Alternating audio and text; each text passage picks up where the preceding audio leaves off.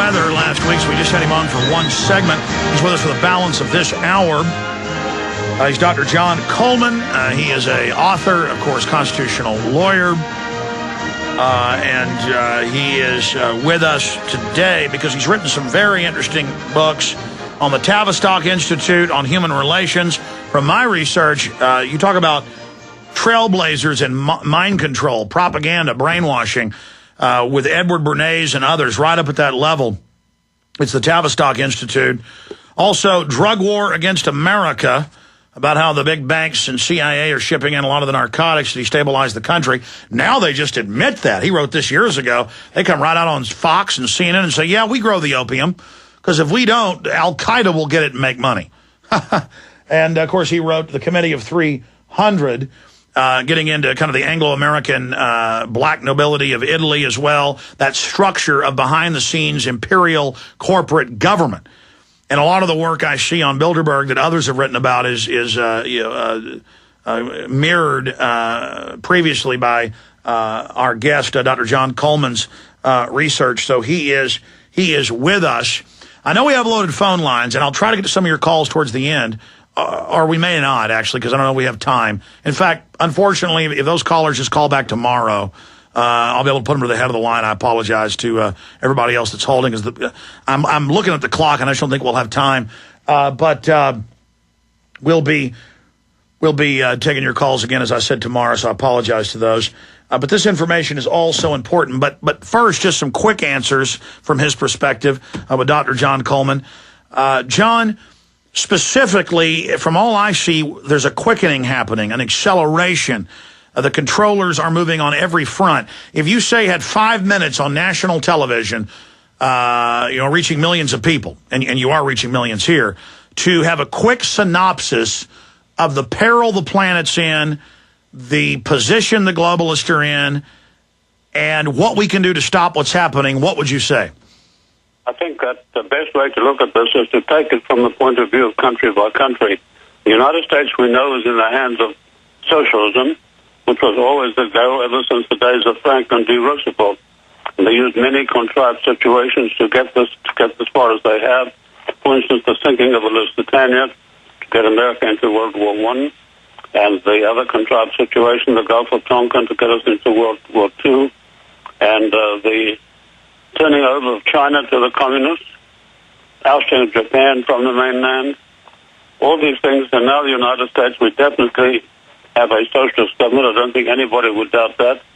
Anybody who's done any study as to what socialism actually means, I think they all agree that we're in the grip of socialism in America. And this, of course, means that it's all working in tandem towards the one world government inside a new world order, which I've written about extensively in all of my books, particularly the Tavistock-Institute and the Committee of 300. But not only those books, other books as well. Well, the globalist, mainly centering in and around Britain, from my research, and I cover this in my film Endgame, Blueprint for Global Enslavement, whatistheendgame.com is the website as an online bibliography for the film, like a book, and also an index for the film so people can see the proof that's in the film for themselves. It's an open conspiracy, the title of H.G. Wells' book. A world socialist government destroying the family, scientifically having the state basically remove children like you remove the eggs from a hen, to use an Orwell quote. Of course, he was part of British intelligence. All of that going on, and that they would slowly get control of society. And now we've gone through that 100-year period, and now they're going into their end game, giant wars to exterminate us, you name it. And, you read Aldous Huxley, you read Bertrand Russell, you read the Wedgwoods. All these people are public. They all write government textbooks.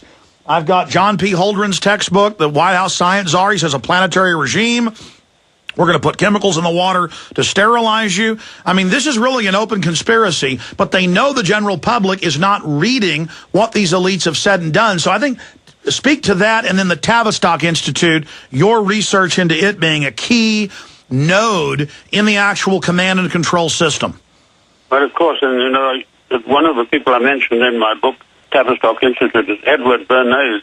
He was a nephew of Freud, the gentleman who led the so-called scientific scrambling of the brains, and then you have the country turned over to social engineering and social scientists, all in the one big, that they're like cogs in this giant big machine propelling us against our will, if we but stop to realize it, towards the New World Order as fast as they can go.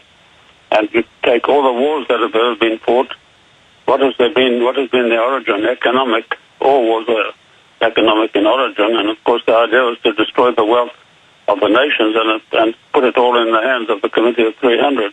And we see that happening in the United States as well today. There's no question about that, that's far advanced. Well, continue. Flesh out the research you did into the Tavistock-Institute. Tell people about it, what the organization does. I mean, I've actually visited the Tavistock-Institute. I didn't go in it, but I noticed that the London bus bombing on 7/7 blew up right in front of the Tavistock-Institute. So I went there days after the bombing and talked to eyewitnesses for my film Terror Storm.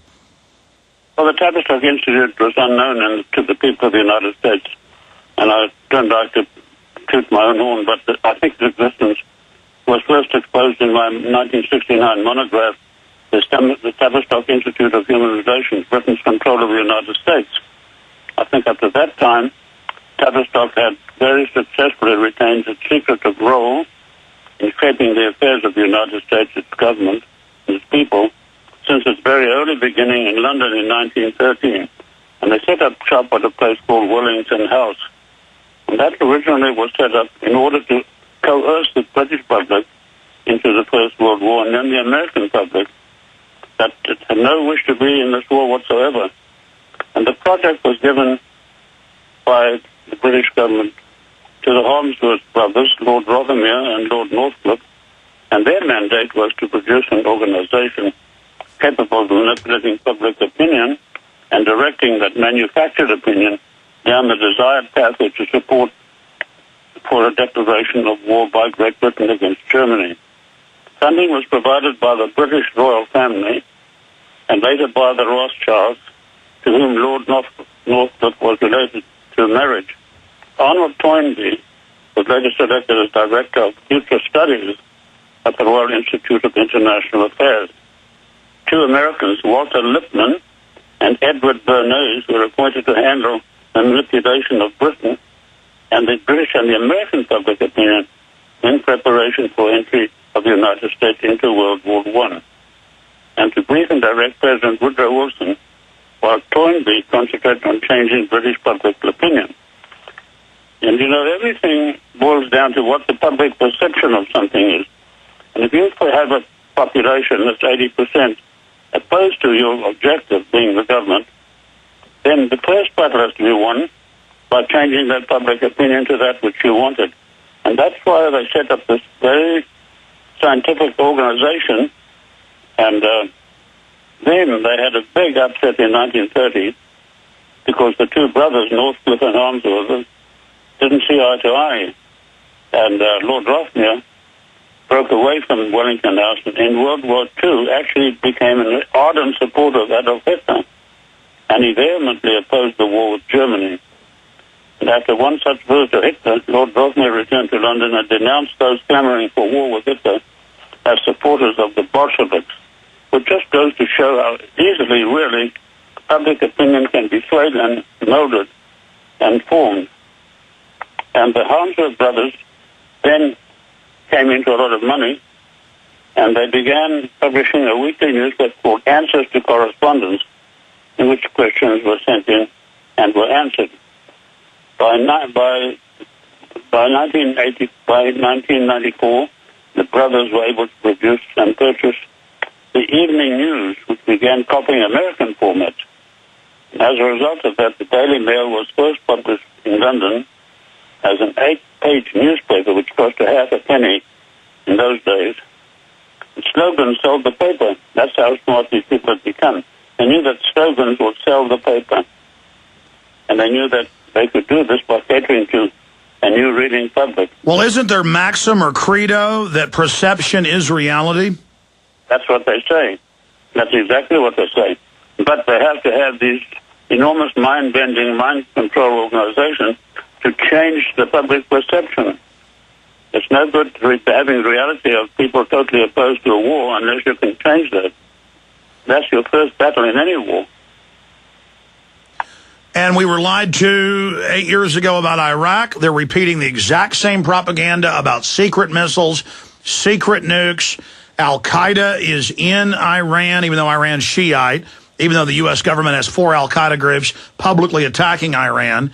Iran sits there and takes it. And they use the exact same propaganda again on the sheeple. And then they had that propaganda about $1 trillion in lithium last week, when that's old news, as if the American people are going to get $1 trillion. Even if that was there, we're going to pay to go steal it. We're going to pay for it. We're not going to get it. Exactly.